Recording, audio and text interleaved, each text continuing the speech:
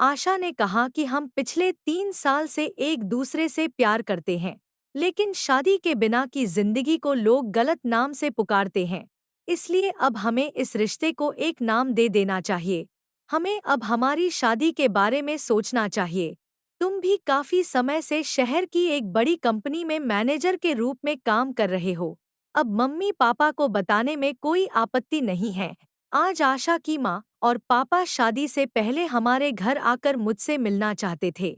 इसलिए आशा के कहने पर वे हमारे घर आए।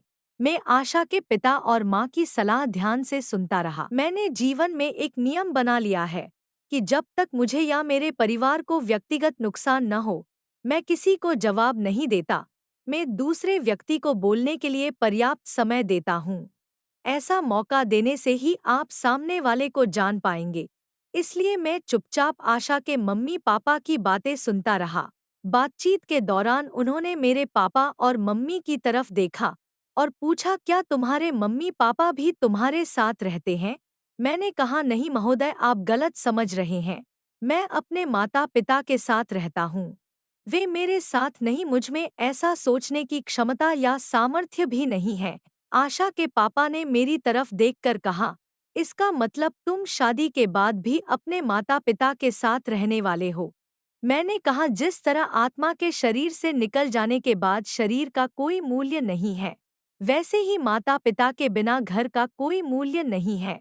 थोड़ी देर बाद आशा के पिता ने पूछा कि शादी के बाद घर छोटा नहीं पड़ेगा। मैंने कहा, नहीं महोदय, महत्वाकांक्षा अगर ज्यादा बढ़ जाए तो मिलियन भी छोटे लगने लगते हैं। हमारी जरूरतों के हिसाब से यह घर पर्याप्त है। आशा के पापा और मम्मी ने कहा, हम कोई मदद करें तो क्या बड़ा फ्लैट खरीदने के लिए तैयार होगे? मैंने मुस्कुराते हुए कहा, माफ करना, मैं अपने पैरों पर खड़ा हूँ। मुझे किसी के सहारे की जरूरत नहीं है। फिर भी अगर मैं सहारा मांगना चाहूँ तो मेरे सामने मेरे पिता बैठे हैं। माता पिता एकमात्र ऐसे व्यक्ति हैं जो अपने बच्चे से कभी भी अपना कर्ज चुकाने के लिए नहीं कहते हैं। तलाक के मामले में पत्नी भी भरण पोषण का दावा करती है, लेकिन जब बच्चा माँ और पिता को छोड़ देता है तो माता पिता कभी ऐसा दावा नहीं करते हैं। यही प्यार की ताकत है। समुद्र की गहराई और माता पिता के प्रेम की ऊंचाई को मापने की कोशिश कभी भी नहीं करनी चाहिए। किसी की सादगी या गरीबी को जरूरतमंद समझने की गलती कभी नहीं करनी चाहिए। महोदय, आपकी जानकारी के लिए मैं कभी ऐसी सवारी नहीं करता जिसकी लगाम या नियंत्रण किसी और के हाथ में हो। मेरी अपनी छोटी सी दुनिया में व्यस्त और मस्त आत्मसम्मान मेरी सांस है। किसी की मदद लेकर मैं अपनी सांसों का दम नहीं घोट सकता। पापा मम्मी मेरी स्वाभिमान भरी बातें गर्व से सुन रहे थे। आशा के पिता ने कहा, हमारी बात आपको बुरी लगी हो तो माफ करना, बाकी शांति से सोचो और फिर बताना, कोई जल्दी नहीं। मैंने हंसते हुए कहा, सोचना तो आपको होगा। क्या आपको दामाद चाहिए या घर जमाई? गलत निर्णय करते समय सोचने का समय चाहिए, सच्चा निर्णय करते समय नहीं। आशा ने आज मेरा असली रूप देखा तो ऐसे देख रही थी जैसे जिस तरह से मैं उसकी माँ और पिताजी के साथ चर्चा कर रहा था उसे पसंद नहीं आया। यदि आप सही समय पर कुछ स्पष्टीकरण नहीं देते हैं तो आपको उसका गलत समय पर परिणाम भुगतने के लिए तैयार रहना होगा। इसलिए मैं आज अपनी स्पष्ट राय दे रहा था। तन्हा प्यार इंसान को मासूम बना देता है, पर सच्चा प्यार इंसान को स्वाभिमानी होना सिखा देता है। आज आशा की परीक्षा थी कि वो किस को चुनेगी। फिर उसके माता पिता को मैंने हाथ जोड़कर आशा के पिता से कहा, जब इच्छाओं की मात्रा जरूरत से ज्यादा हो जाती है तो लालच पैदा होता है, लालच से उम्मीदें पैदा होती हैं, और जब उम्मीदें पूरी नहीं होती तो सामने वाले की गलती सामने दिखने लगती है। इसलिए अपनी इच्छाओं पर लगाम लगाकर आत्मसम्मान के साथ जीवन जीना क्या गलत है? जैसा मैं आपके सामने बैठा हूँ, मेरा आशा के साथ भी बहुत स्पष्टीकरण बाकी है। आशा, अब तुम्हें ही तय करना है कि क्या तुम्हें मेरी अतीत में रुचि है या फिर वर्तमान या भविष्य में। अगले दिन रविवार था। मैंने कहा, चलो आज अपने गांव वालों से मुलाकात कर लेते हैं। आशा का मूड कुछ ठीक नहीं था, फिर भी वो मेरे साथ चलने को तैयार हो गई। रास्ते भर कार में बातचीत से बचता रहा, लेकिन वो मुझसे दो शब्द भी नहीं बोल रही थी। कल की नाराजगी अभी भी उसके व्यवहार में दिख रही थी। कार हाईवे से पूरी गति से गांव की ओर मुड़ गई और हमारे गांव के घर के पास आकर मैंने कार रोक दी। हमने दरवाजा खोला और अंदर प्रवेश किया।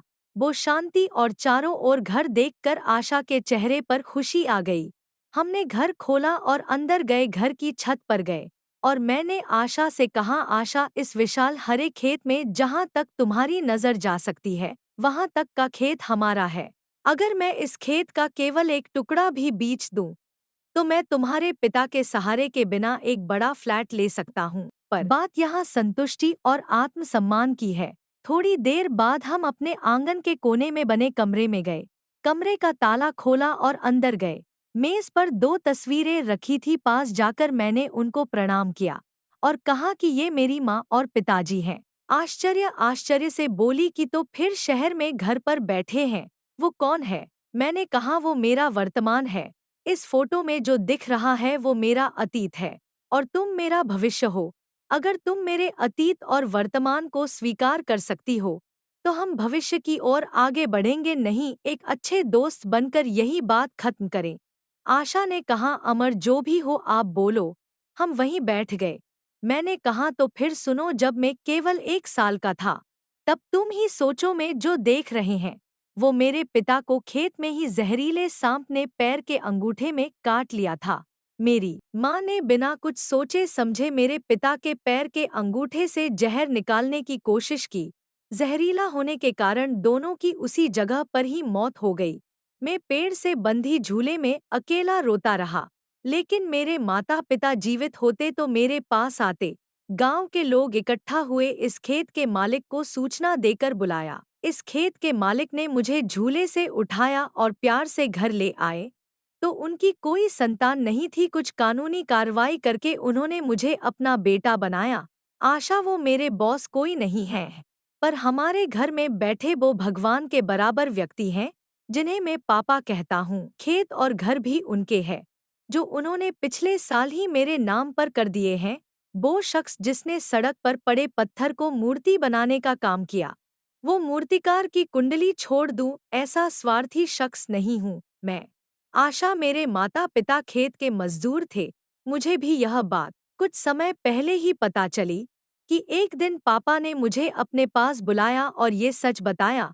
मुझे तो अपने माता पिता का चेहरा तक याद नहीं था, लेकिन मेरे सामने तो मेरे भगवान ही बैठे थे, आज तक जिन्होंने मैं एक गोद लिया हुआ बच्चा हूँ। इस बात का एहसास भी नहीं होने दिया। आशा, हम भगवान को मंदिर में ढूंढते हैं, लेकिन भगवान मंदिर में नहीं है, वो लोगों के दिलों में बैठे हैं। हमारे संकट के समय में अगर सामने वाले व्यक्ति के मन में करुणा और प्रेम जागृत हो जाए तो समझिए कि वह व्यक्ति में भगवान ने प्रवेश किया है। और तुम समझ सकती हूँ कि वह व्यक्ति कितना पवित्र होगा जिसमें भगवान ने प्रवेश किया हो। यही है मेरी दुखद कहानी। आशा की आंखें भी नम थी। मैंने आशा से कहा, अब तुम अपना निर्णय लेने के लिए स्वतंत्र हो।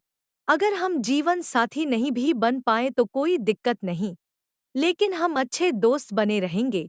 तब आशा कहती है, सच बताऊं अमर, मुझे तुम्हारे अतीत के बारे में तो आज पता चला, लेकिन जब मेरे पापा तुम्हारे घर से लौट कर आए तब उन्होंने मुझसे कहा कि मैंने दुनिया में दहेज के लालची और बिना स्वाभिमान के लोगों की एक फौज देखी है। आगे उन्होंने बताया, मैंने केवल परखने के लिए ही मदद की बात की थी। दरअसल तुम नहीं, हम भी भाग्यशाली हैं कि हमें अमर जैसा दामाद मिलेगा। आशा खुशी से उछली और मेरा हाथ पकड़ लिया और गाने लगी। दोस्तों कहते हैं कि बर्तन में पकाई गई खिचड़ी बीमार व्यक्ति को भी ठीक कर देती है, और अगर दिमाग में पक जाए तो स्वस्थ इंसान को भी बीमार कर देती है। अपना दिमाग साफ रखें, जरूरत पड़ने पर स्वार्थी और मूर्ख व्यक्ति से दूरी बनाए रखें। तो दोस्तों, कैसी लगी आज की कहानी आपको? अगर कहानी पसंद आए तो वीडियो को लाइक और चैनल को सब्सक्राइब जरूर करें।